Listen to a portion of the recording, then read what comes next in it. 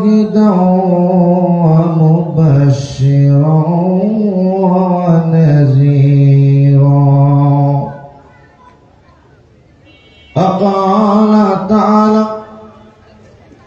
وبشر الذين آمنوا وعملوا الصالحات أن لهم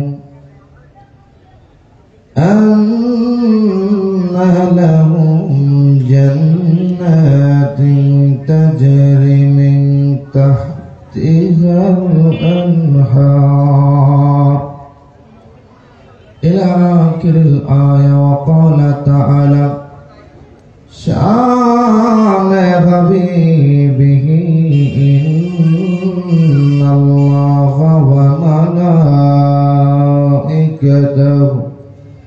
يصلون على النبي يا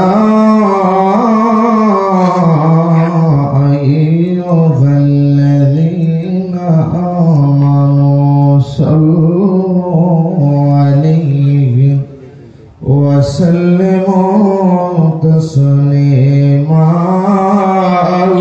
اللهم صل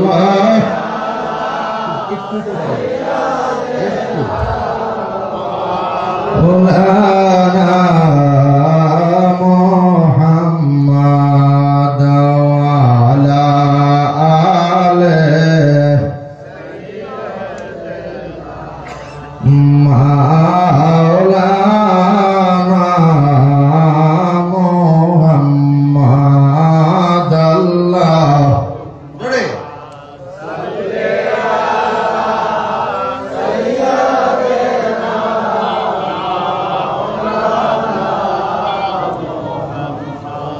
وعلى آل سيدنا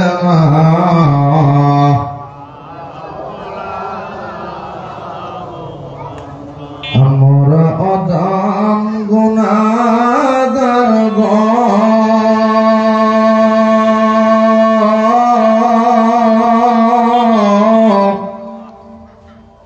নবীজি আপন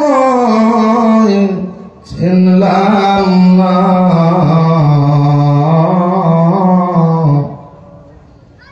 যার কারণে রোজ হাসরে আমাদেরকে ভুলেন না আল্লাহ। জোরে মহব্বতে প্রাণটা ভুলে দেন, জোরে জোরে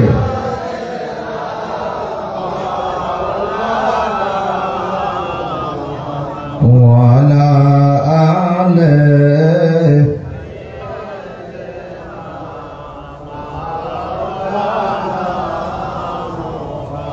নবীর দুরূদ শরীফ পড়ার দরকার আছে না নাই?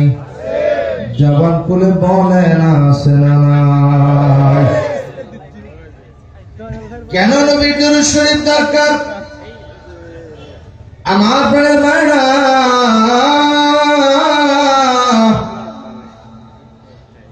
আমাদের হায়াত অল্প, ফিরে আমাদের যেতে হবে। দুনিয়ার জমিনের মধ্যে থেকে যাওয়ার কোন সম্ভাবনা নাই। বর্তমান জামানা এতটাই ব্যস্ত জামানা, মানুষ দরকার ছাড়া কেউ কাউকে টেলিফোন করে খোঁজ পর্যন্ত নেয় না। আওয়াজ তুলে ঠিক না ব্যাটি?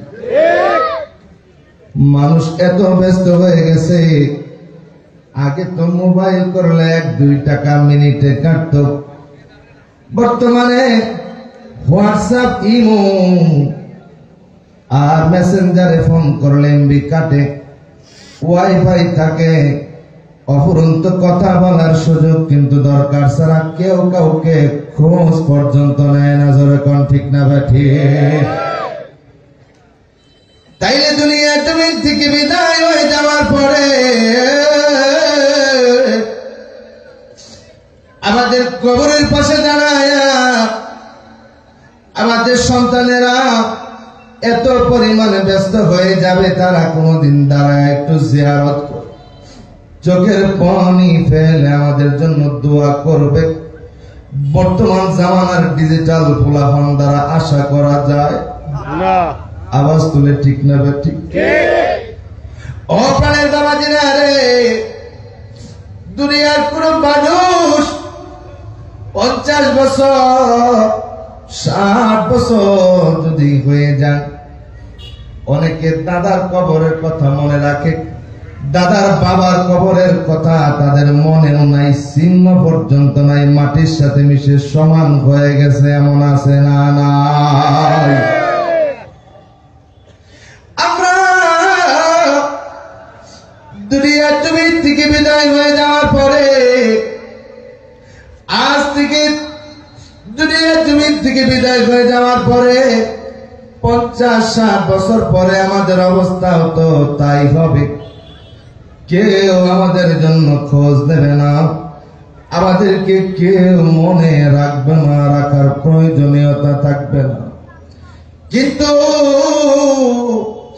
যিনি আগে আমাদের জন্য চোখের পানি ফেলে রওজা পাকে কান্নাকাটি করেন, এখনো স্টিল নাও যিনি মদিনার রওজা মুবারকে উম্মতের জন্য চোখের পানি ফেলে কান্না করেন, আমাদেরকে যখন সবাই ভুলে যাবে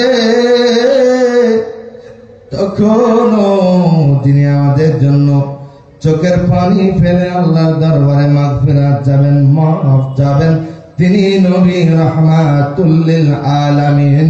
জবান করে বলা যাবে কি ইয়া রাসূলুল্লাহ।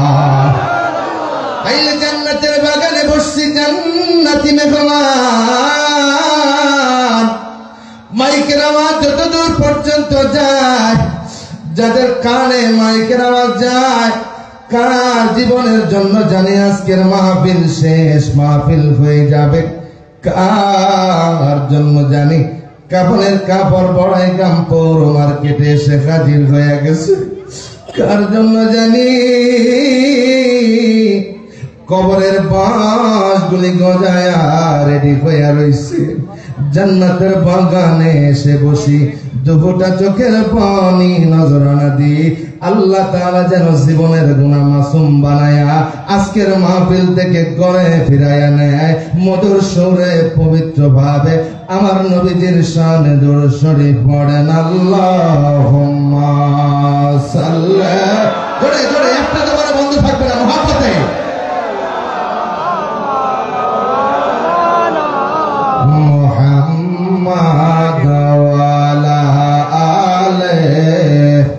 যারা বাহিরে দাঁড়ানো আছি জান্নাতের বাগানে ঢুকে যাই। মরণ আসিবে কখন কেউ তো জানে না, আমার মরণ জোরে আমি চলে যাব, আমায় তোমরা বইলা যায় না, আমি চলে যাব, আমায় তোমরা আমার মরণ আসিবে কবে কেউ তো জানে না, আমার মরণ এই দুনিয়া চিরজীবন থাকার জায়গা না, অন্ধকার কবর যে আমার আসল ঠিকানা। ঠিক না বেঠে? সবাই একা রেখে চলে যাবে, সঙ্গে নেবে না, পড়ে একা রেখে সঙ্গে নেবে না, আমার মরণ আসিবে কবে, আয় আমার মরণ আসিবে কবে, লা ইলাহা জোরে লা ইলাহা লা ইলাহা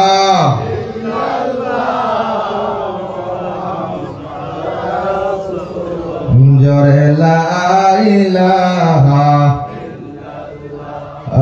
লা ইলাহা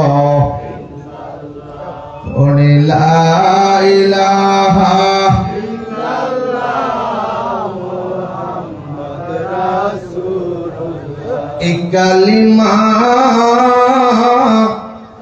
যে পড়বে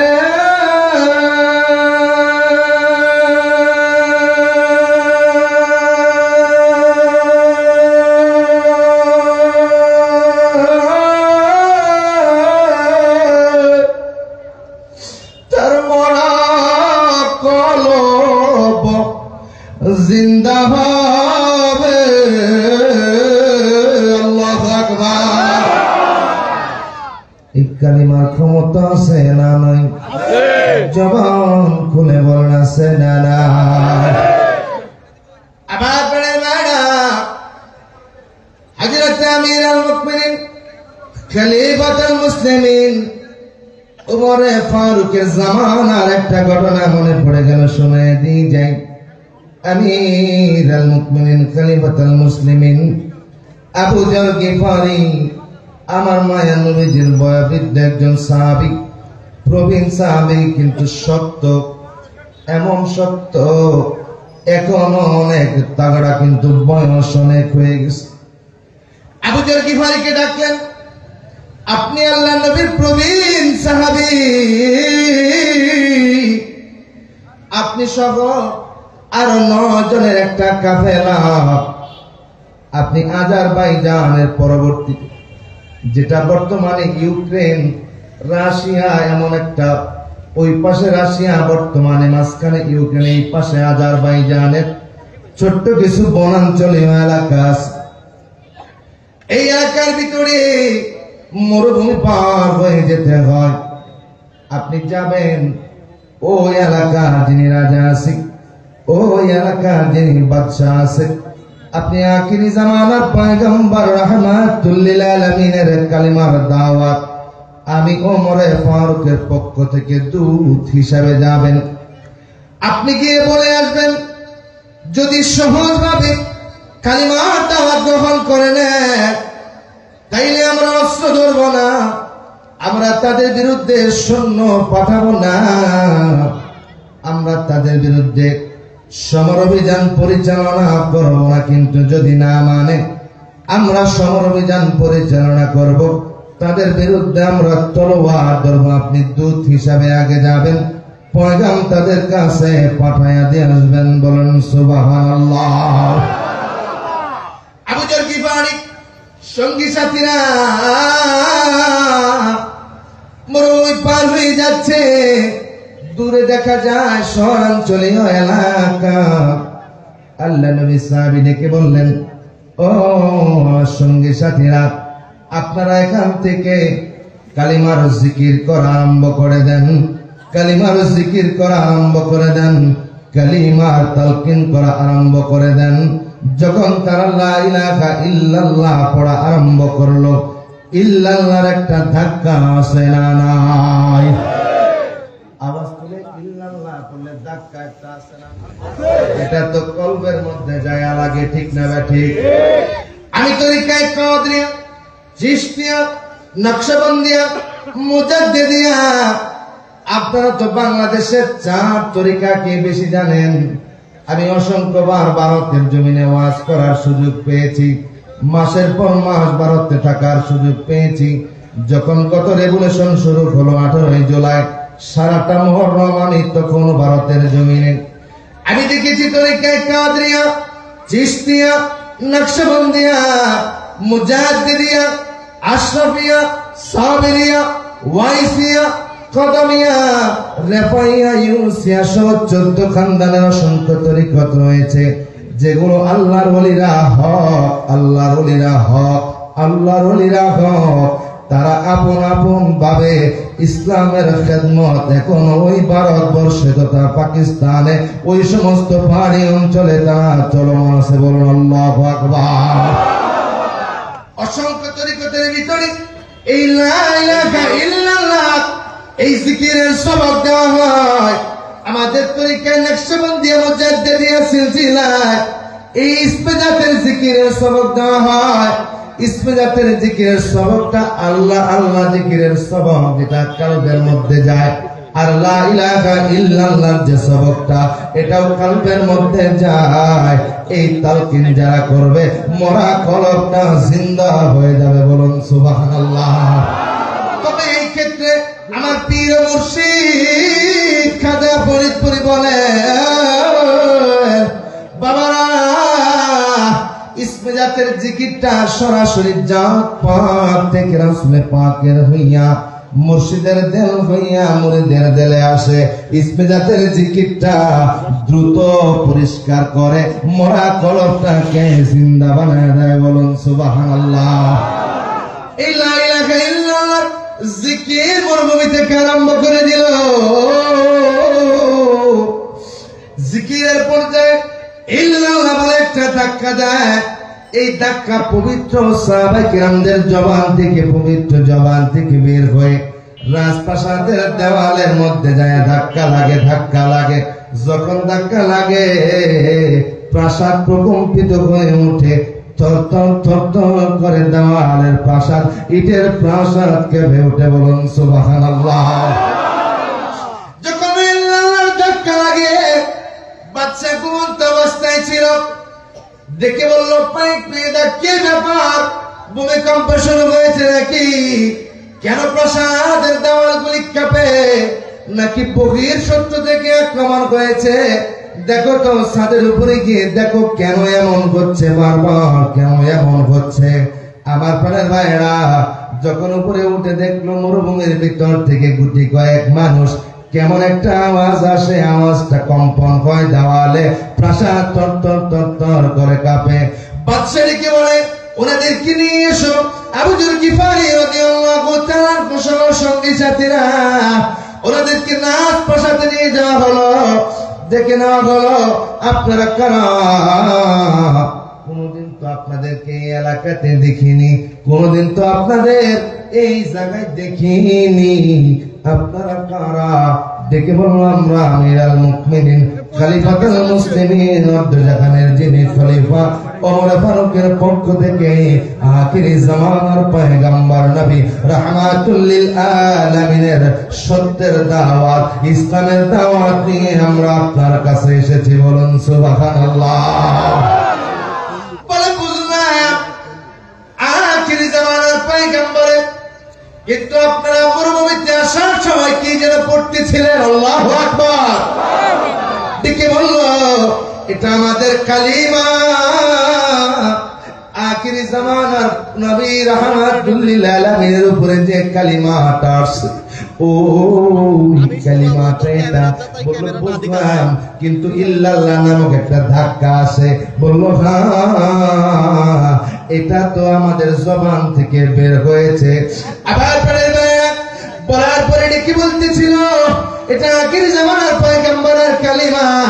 বলে বাদশা ডেকে বলে এটা যদি কালিমা হয়, আর এই কালিমা আপনাদের জবান থেকে বের হওয়ার পরে এটার তাসির যদি এত হয়, এটার শক্তি যদি এত হয়, এটার মাহাত্ম্য যদি এত হয়, আপনাদের জবান থেকে বের হওয়ার পরে এটা দেওয়ালে লাগবে, যদি দেওয়ালে ভূমিকম্পের মতো আঘাত টানে, আঘাত টানে, আঘাত টানে, তাইলে আখিরি জামানার নবী রাহমাতুল লিল আলামিন হক। আমি তাওরাত, জাবুর, ইনজিল কিতাবের ভিতরে পণ্ডিতদের কাছ থেকে যতটুকু শুনেছি আজকে প্রমাণ পেয়ে গেলাম। যুদ্ধ করার দরকার নাই, আমাকেও কালেমার পতাকার তলে আশ্রয় দিয়া দেন, আর আমিরুল মুমিনিনকে জানায়া দেন আমি তার আনুগত্য মেনে নিলাম, আখিরি জামানার পয়গম্বরের কালিমা পড়ে নিলাম, বলুন সুবহানাল্লাহ। লা ইলাহা জোরে লা ইলাহা লা ইলাহা জোরে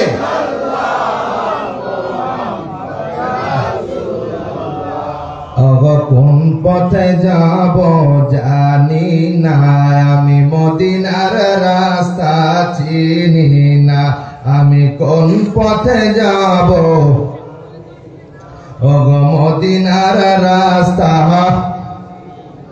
আমার মুর্শিদ জানে ঠিকানা, খাজা ফরিদ পরি জানে, আমরা যাব সোনার মদিনা,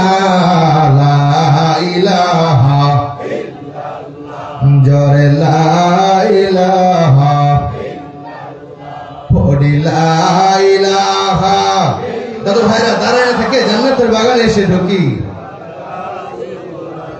লা ইলাহা ইল্লাল্লাহু মুহাম্মাদুর রাসূলুল্লাহ সাল্লাল্লাহু আলাইহি ওয়াসাল্লাম। মনিবের শাহী দরবারে আলিশান অগণিত শুকর জানাচ্ছি যে মালিক ও মাওলা আমাদেরকে এত ব্যস্ততাপূর্ণ সময় মানুষের জীবন চরকির মতো ব্যস্ত হয়ে গেছে, এত ব্যস্ততা থেকে আইসা জান্নাতের বাগানে এসে বসার সুযোগ করে দিলেন। সমস্যার মালিক ও মাওলার দরবারে বলেন না আলহামদুলিল্লাহ। শত কোটি দুরূদ ও সালাম জানাচ্ছি সোনার মদিনা কুল কায়নাতের নবী রাহমাতুল লিল আলামিন, সকলে বলুন না সাল্লাল্লাহু আলাইহি ওয়াসাল্লাম। নবী কি শুধু আমাদের জন্য? আওয়াজ তুলে আমাদের জন্য? নবী কি শুধু গাছের জন্য? নবী কি শুধু মাছের জন্য? আল্লাহ রাব্বুল আলামিন বলতেছেন, বন্ধু আমি আপনাকে সমস্ত মাখলুকাতের নবী করে দুনিয়ায় পাঠাইছি। বলুন সুবহানাল্লাহ, বলেন আল্লাহু আকবার। আমার মায়ার নবীজি ফজরের নামাজ পড়লেন, তখন অন্ধকার কাটে নাই। এখন শীতকাল, যখন আপনারা নামাজে দাঁড়ান, ফজরে যখন জামাত হয়, এরপরও দীর্ঘ একটা সময় সাদা সাদা অন্ধকার, ফুল আলো ফুটে না, ঠিক না বেঠে? ঠিক এমন একটা পর্যায়ে আমার মায়ার নবীজি দাঁড়ালেন, সাহাবায়ে কেরামরা দাঁড়ালেন। দাঁড়ানোর পরে নবীজি বের হবেন। আমার মায়ার নবীজি বের হচ্ছেন, আগে আগে ওমর ফারুক এসে বের হলেন। বের হওয়ার পরে আমার মায়ার নবীজির জুতা মুবারক ঠিক করে দিচ্ছেন।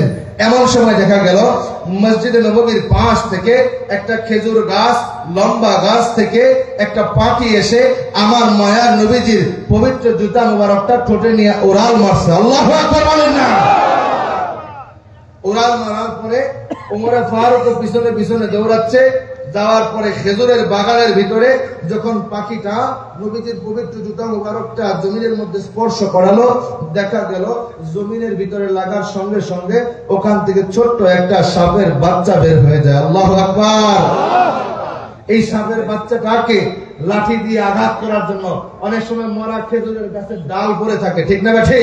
দেখবেন খেজুরের ডালের ওই কাটা কাটা অনেক সময় পড়ে আছে, কেটে ফেলছে, পড়ে আছে। আমাদের দেশে তো না হয় মেহেগুনি ডাল পাওয়া যায়, করই ডাল পাওয়া যায়, ওই দেশে তো খেজুরের ডাল ছাড়া কিছু নাই, ঠিক না বেঠে? তো ওমর ফারুক যখন খেজুরের এই ডাটা দিয়ে যখন মারার জন্য উদ্যত হলেন, এমন সময় সাপের জবান খুলে গেল, বলতেছে, ওগো আল্লাহর নবী সাহাবী ওমর ফারুক, আপনি কি মনে করেছেন আমি কামড় দেওয়ার জন্য মায়ার নবীজির পবিত্র জুতা মুবারকের ভিতরে ঢুকছি? না, আমি মায়ার নবীজির জুতা মুবারকের ভিতরে ঢুকছি মায়ার নবীজিকে কামড় দেওয়ার জন্য না, আমি মায়ার নবীজিকে একটা নজর দেখার জন্য ঢুকেছি। বলেন না আল্লাহু আকবার। আবার জবান খুলে যাওয়ার পরে দিকে বলে, ও আল্লাহর নবী সাহাবী, আপনি কি মনে করেছেন আমি কামড় দেব? না, আমি নবীজিকে কামড় দেওয়ার জন্য নয়। আপনারা আশরাফুল মাখলুকাত, আপনারা মানুষ জাতি, আল্লাহ আপনাদেরকে সম্মান দিছে, আপনাদেরকে খলিফা বানাইছে। আপনারা মায়ার নবীজি কাছে যাইয়া বসতে পারেন, সামনে যাইয়া বসতে পারেন। আপনারা মায়ার নবীজির নূরানি চেহারা মুবারক, নূরানি চেহারা মুবারক কাছে থেকে বসে বসে দেখার সুযোগ পান। আল্লাহু আকবার। আমরা সর্ব একটা জাতি, আমরা আমরা মায়া নবীজি ওই দূরে চেহারা আপনাদের মতো কাছে যাইয়া আমরা দেখতে পারি না, আমরা বুঝতে পারি না। তবে আমাদের কি মন চায় না গো, আমাদের কি দেখতে মন চায় না? আমরা কাছে যেতে পারি না, পাশে বসতে পারি না, আপনাদের মতো মন ভরে মায়ার নবীজির নূরানি চেহারা দেখতে পারি না। আল্লাহু আকবার। দেখলে ছবি পাগল হবি তোরা, দেখলে ছবি পাগল কাঁদবি বসে নি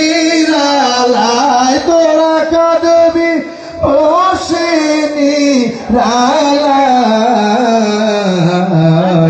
আমার মায়ার নবী যেই দেশে আমার মায়ার নবী ঠিক না বেঠি আওয়াজ তুলে ঠিক না বেঠি আবার মদিনায় গিয়ে দেখবেন কত রকমের হাজি আছে সেই দিন মোবাইলের ভিতরে বর্তমানে তো রিলসের জামানা একের পর এক ভিডিও রিলস দেখা যায় এই রিলসের ভিতরে দেখলাম একজন বেলাল খাবসি আল্লাহ নবীর সাহাবী বেলালের মতো একজন আফ্রিকান কালো মানুষ মদিনার রওজা মুবারকের সবুজ গম্বুজের মিনারা দেখা দেখা জর করে কান্না করতেছিল আর চোখের পানি ফেলে ফেলে ফেলে ফেলে বলতেছিল ইয়া রাসূলুল্লাহ আমি গরিব মানুষ বাংলায় অর্থগুলি করে দিছে ট্রান্সলেশন করে দিছে আফ্রিকান ভাষা তো আমরা বুঝি না বাংলায় ট্রান্সলেশন দেখে বুঝলাম ছেলেটা বলতেছে যুবক ছেলে বলতেছে ইয়া রাসূলুল্লাহ আমি গরিব মানুষ কোন রকম অর্থ সম্পদ জোগাড় করে আপনি নবীর রওজা মুবারক জিয়ারত করার জন্য উমরায় আসছি গো ইয়া রাসূলুল্লাহ আর জীবনে কোনদিন মদিনায় আসার সুযোগ হবে কিনা জানি না আর জীবনে কোনদিন মদিনার রওজা পাকে সালাম দেওয়ার মতো সুযোগ হবে কিনা জানি না আর যদি কোনদিন মদিনায় এসে সালাম দেওয়ার সুযোগ না হয় গো ইয়া রাসূলুল্লাহ আর যদি কোনদিন এই রওজা তারে এসে আপনার কদমে আসার সুযোগ না হয় যেদিন কিয়ামতের ময়দানে আর কেউ আমার জন্য সুপারিশকারী হবে না আর কেউ আমার জন্য দয়া করার মতো হবে না আর কেউ আমার জন্য ওকালতি করার মতো হবে না আপনি নবী সেই দিন আমারে ভুলে যান না গো ইয়া রাসূলুল্লাহ আপনার শাফাতের তরেতে আমি পাগল রে উঠায়া আনেন বলুন সুবহানাল্লাহ বলেন আল্লাহু আকবার দয়াল নবীর প্রেমিক বিনে প্রেম কেউ বোঝে না বলেন দয়াল নবীর প্রেমিক বিনে বলেন মায়ার নবীর প্রেমিক বিনে বলেন দয়াল নবীর প্রেমিক বিনে ওরে প্রেমিক ছিল আবু বকর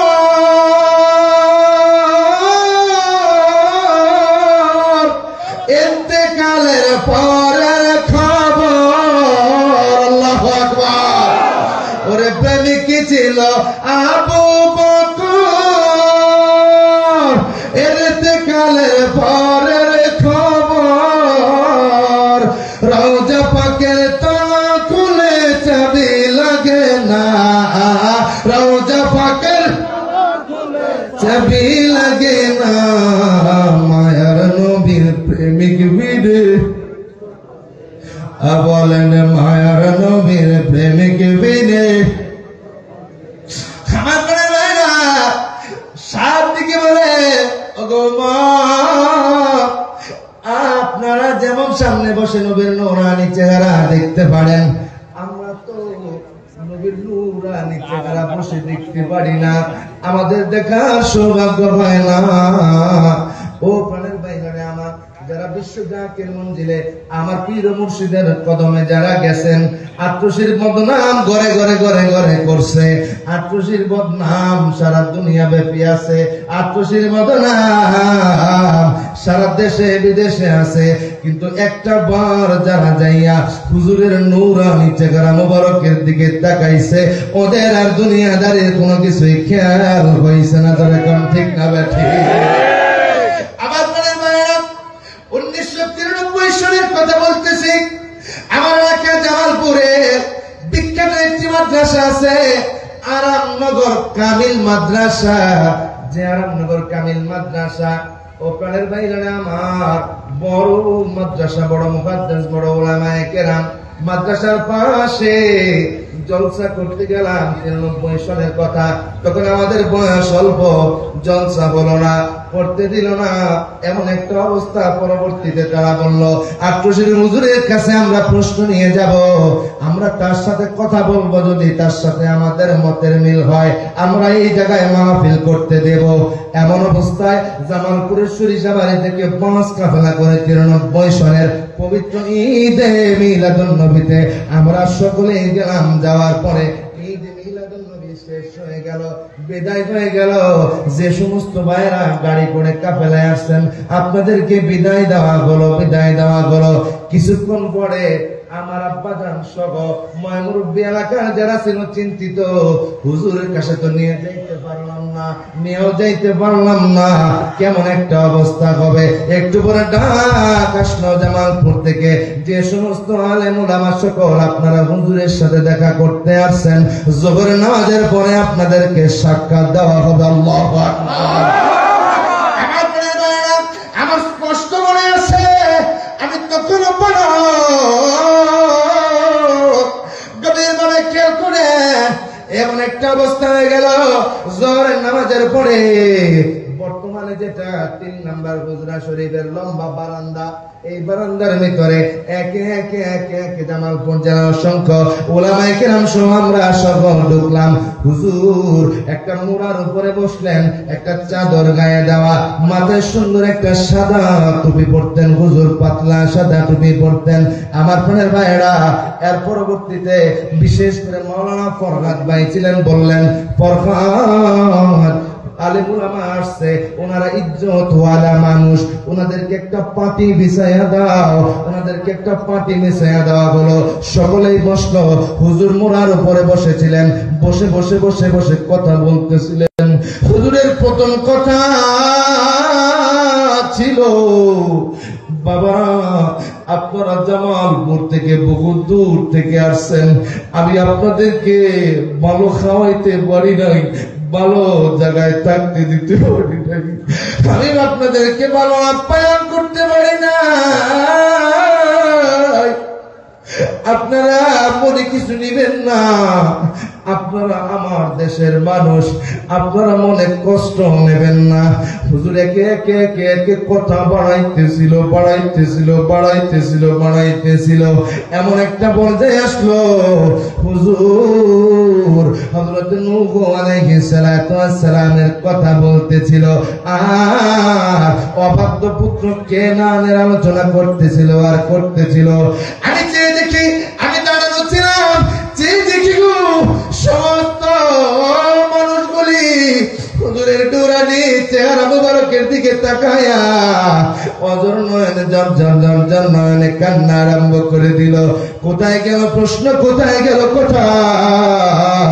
যখন আসরের নামাজে আল্লাহু আকবার আযান দেয়, যখন আসরের নামাজের আযান দেয়, তখন সবার হুঁশ হলো, আহারে যোহরের পরে বসছি, আসরের নামাজ পর্যন্ত সময় চলে গেছে, আমাদের বিন্দু পরিমাণ খেয়াল নাই। বলেন আল্লাহু আকবার।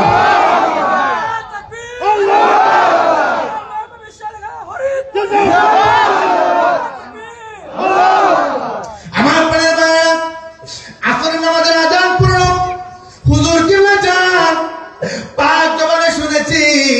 হুজুর বলছেন, বাবা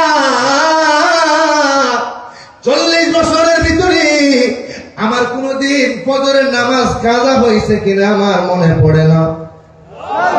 জবান বলে রহমত কাজা হয়েছে কিনা আমার মনে পড়ে না। আজকে সেই বিশ্বলির মুরিদ হইয়া আট্রসি যাওয়ার পরে যদি নামাজ না পড়েন, আপনাদের জন্য কলঙ্ক ছাড়া কিছু নাই, কলঙ্ক ছাড়া কিছু নাই, আপনাদের জন্য আফসোস ছাড়া কিছু নাই। যারা কোন ঠিক না ব্যাঠে? আমার মনে হয় কথাগুলো সত্য, কথাগুলো হয়তো তিতা লাগবে বলতে পারেন। মুফতি মঞ্জুর মুর্শিদ জামালপুরি প্রথমবারের তিতা কথা কয় না, না, না, না, আপনার কারণে বিশ্ব জাকের মঞ্জিলের বেয়াদবি হবে, বিশ্ব জাকের মঞ্জিলের বদনাম হবে, এক বিন্দু পরিমাণ আমরা মেনে নিতে পারি না, পারি না, পারি না। জোরে কোন ঠিক না বেটা?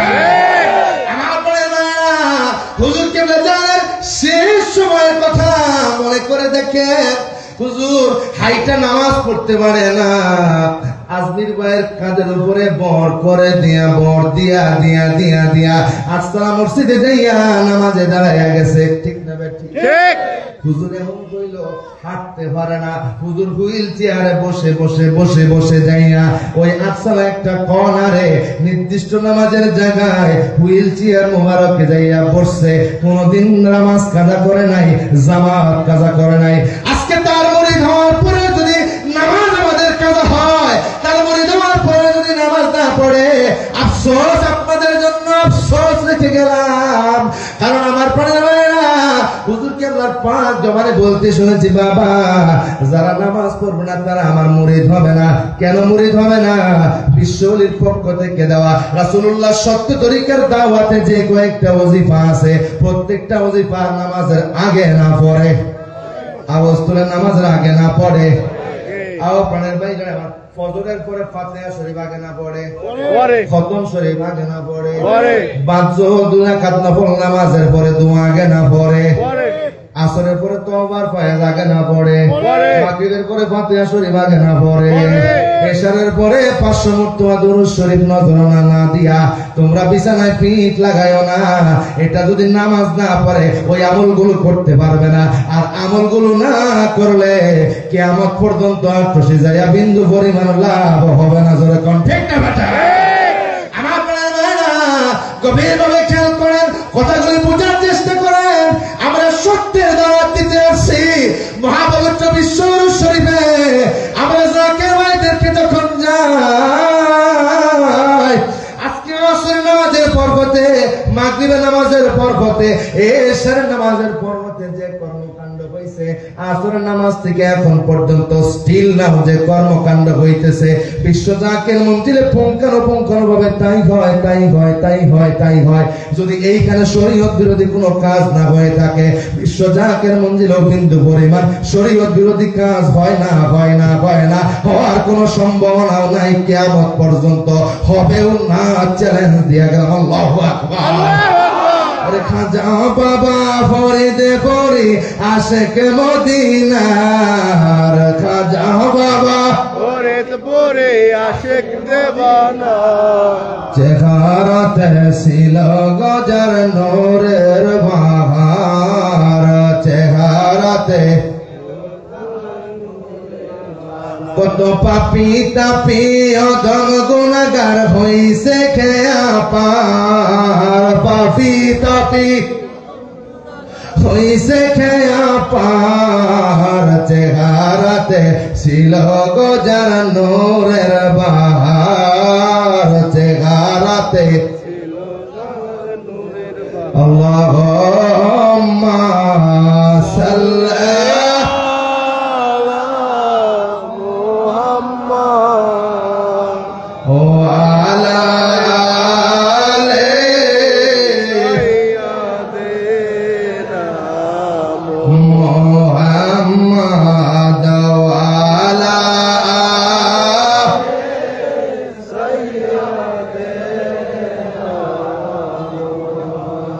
ভুলি না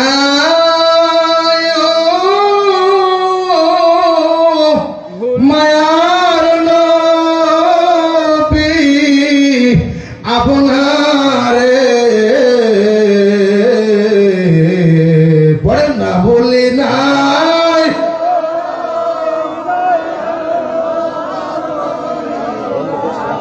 আপনারে, আপনি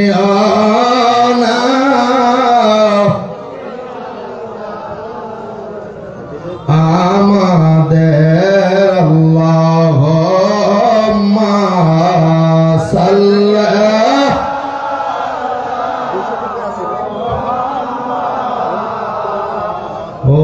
আলা আলি সাইয়্যিদিনা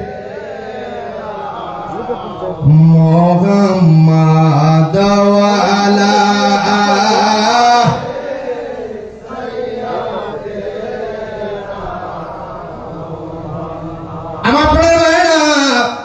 এই জন্য মহাপবিত্র বিশ্ব শরীফ 2026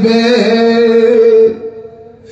কবরে শোয়ানোর পরে উপর থেকে মাটি উঠিবে ওই না